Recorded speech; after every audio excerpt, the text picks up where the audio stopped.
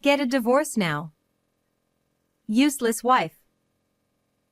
While shopping, I received an email from my mother-in-law, and I widened my eyes in shock. It had been a year since I got married to my husband. Complaints about housework, not spending weekends at home. Recently, our arguments had increased, which was troubling me. This was the last straw. However, I wasn't surprised by the insults in the message. Who is this?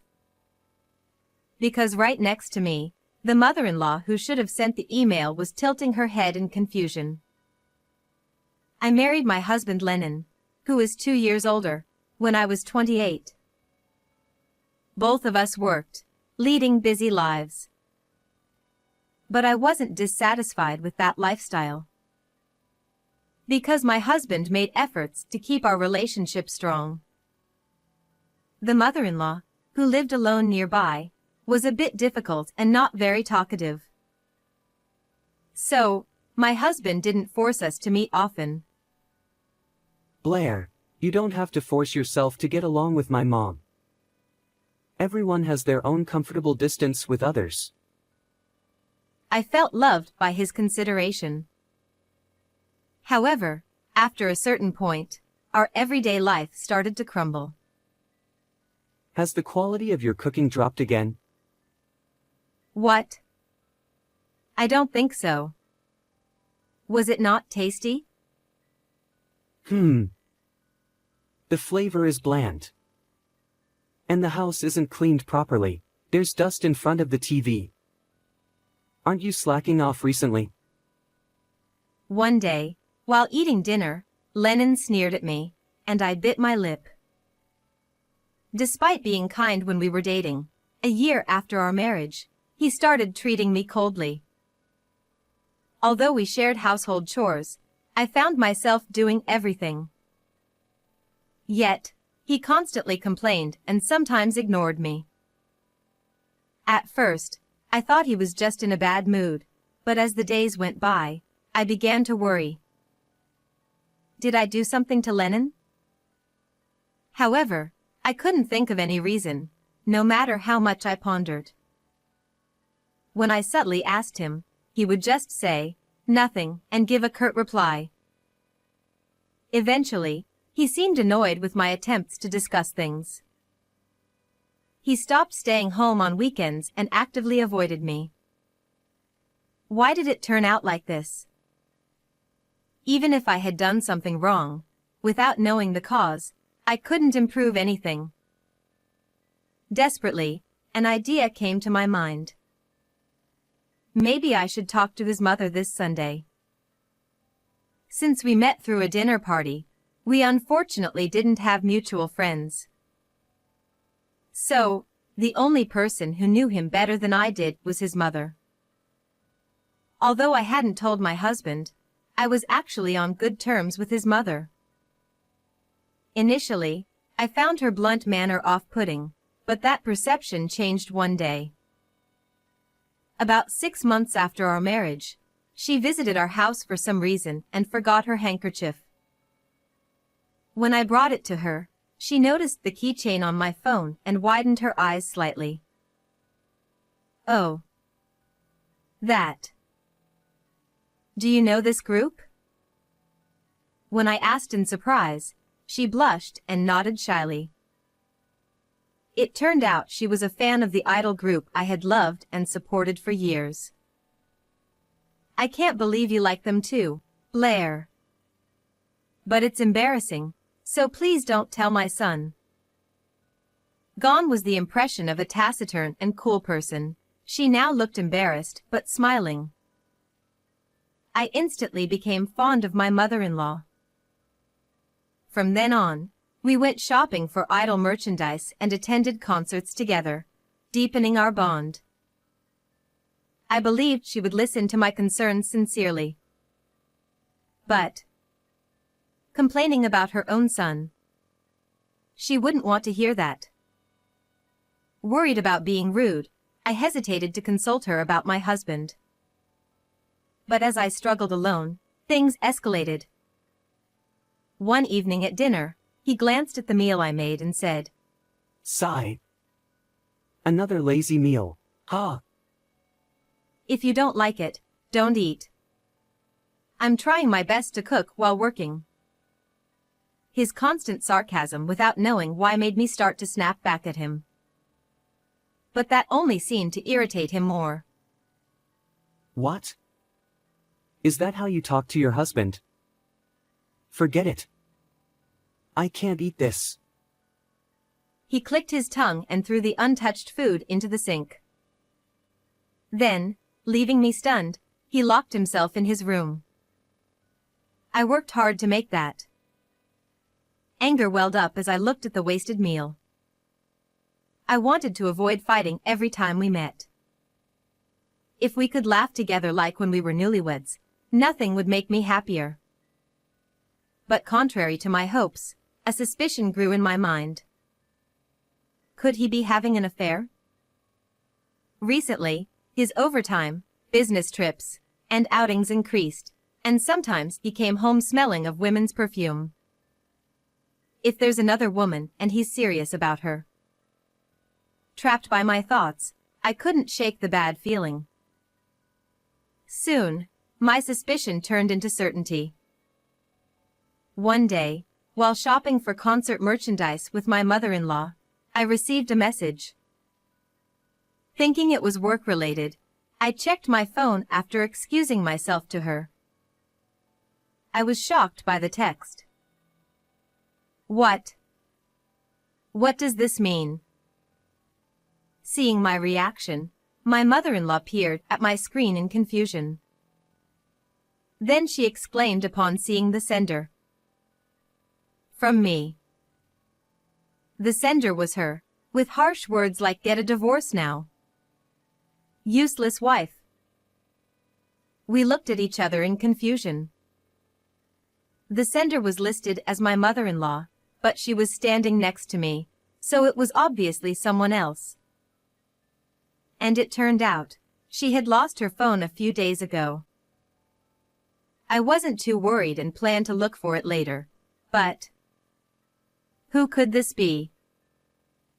Maybe. Seeing her puzzled expression, I spoke up. I think I might know who the sender is. Her attentive gaze made me decide to share something. Listening quietly and seriously, her face was solemn.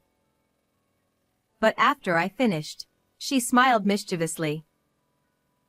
Let's pretend we don't know anything and reply according to my suggestion. She proposed a plan. A few weeks later, I stood in front of my house with her. I hadn't been home for a week. After that incident, I had been staying at her place for a reason. Blair, let's go in now. Nodding at her signal, I held a running video camera in my right hand. We entered the house. At that moment, I was burning with anger. The mysterious email had made all of my husband's previously confusing actions clear. Oh. Where are they? I hear sounds coming from the bathroom. My mother-in-law, who had been looking around the empty living room, took my hand and headed straight for the bathroom. Gathering my resolve, I opened the door to the changing area, and from the other side of the door leading to the bathtub, I could hear the cheerful voices of a man and a woman. My mother-in-law sighed deeply, oblivious to our presence, and I grinned beside her. I have an idea. Then I whispered to her and hooked a tension rod I found nearby onto the door. After confirming that the two inside couldn't get out, I set up the video camera and took a deep breath. You really were cheating on me, weren't you? Startled by my sudden shout, the voices inside immediately stopped. A shadow, which seemed to be my husband, approached the semi-transparent bathroom door. Wah. What? That voice is... Blair? What the hell is this? The door won't open. Don't bother trying to escape. I won't let you out until I'm satisfied. What are you talking about? That's my line. You seem to be having a lot of fun. Who's in there with you? From the other side of the door, I could hear my husband's sharp intake of breath. When I received that mysterious email, my mother-in-law had mentioned she lost her phone. Even if it was stolen, why would the thief send me an email advising me to get a divorce? Normally, they'd try to extort money. The only person who could steal my mother-in-law's phone and impersonate her to send such an email was my husband. Once I figured it out, I explained everything to my mother-in-law. Upon learning of her son's cruel behavior towards me, she was livid. Why don't you pretend to be fooled and send a message saying I'm leaving?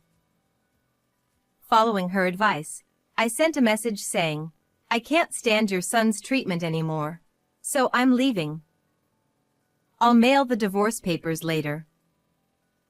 Since then, I had been staying at her house, and we had been monitoring my husband's actions together. I was shocked. As soon as I stopped coming home, he started bringing a different woman home every day. I spoke coldly in front of the bathroom door.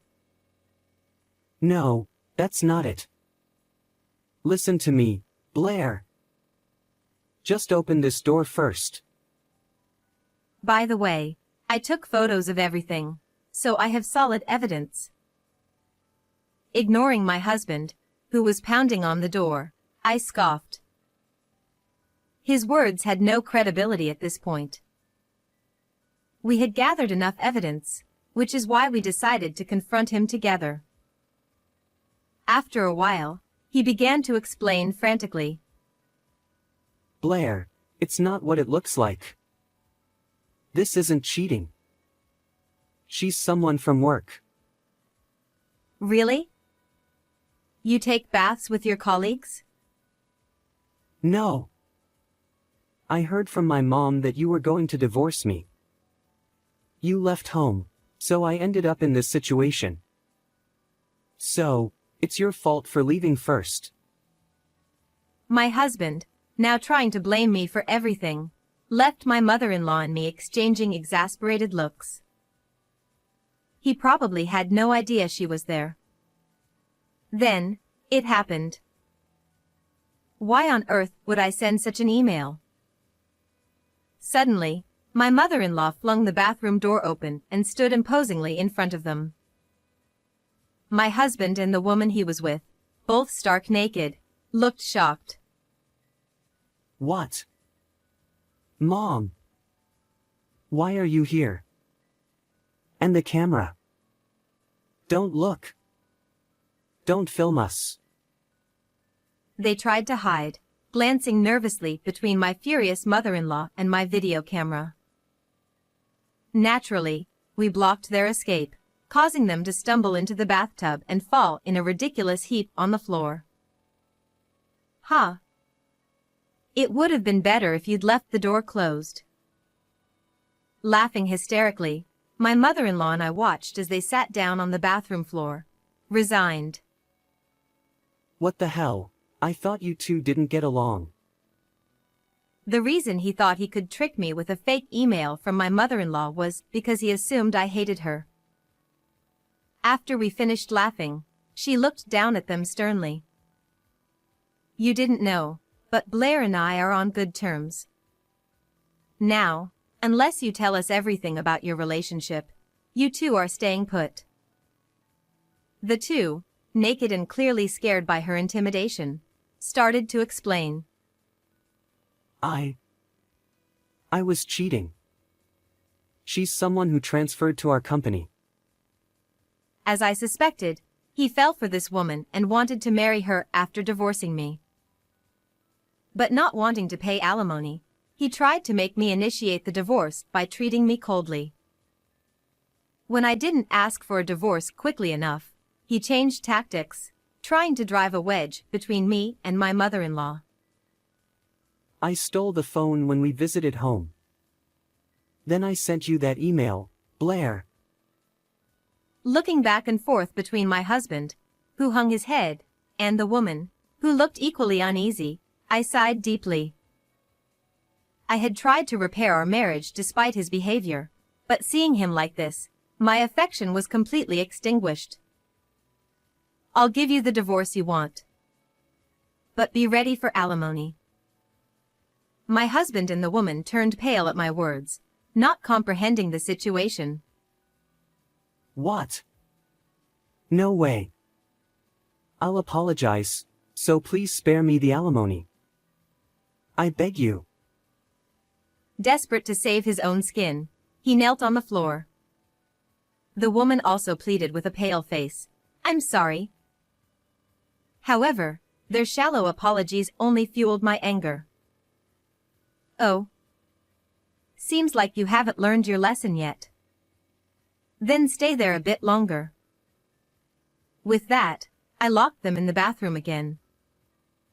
My mother-in-law and I left them crying and screaming as we moved to the spacious living room to discuss the divorce. Eventually, I divorced my husband. With the solid evidence we had, I was able to claim $20,000 each from my husband and his affair partner. Their misfortune didn't end there. Rumors of our divorce spread through their company, and their affair became widely known. Unable to endure the judgmental stares, they both resigned. Losing their jobs caused financial instability, leading to frequent fights and eventually their breakup.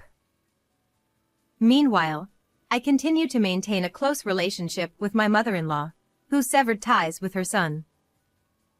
We even have plans to attend an idol group concert together this weekend. As hobby buddies, I look forward to a fun-filled life with her.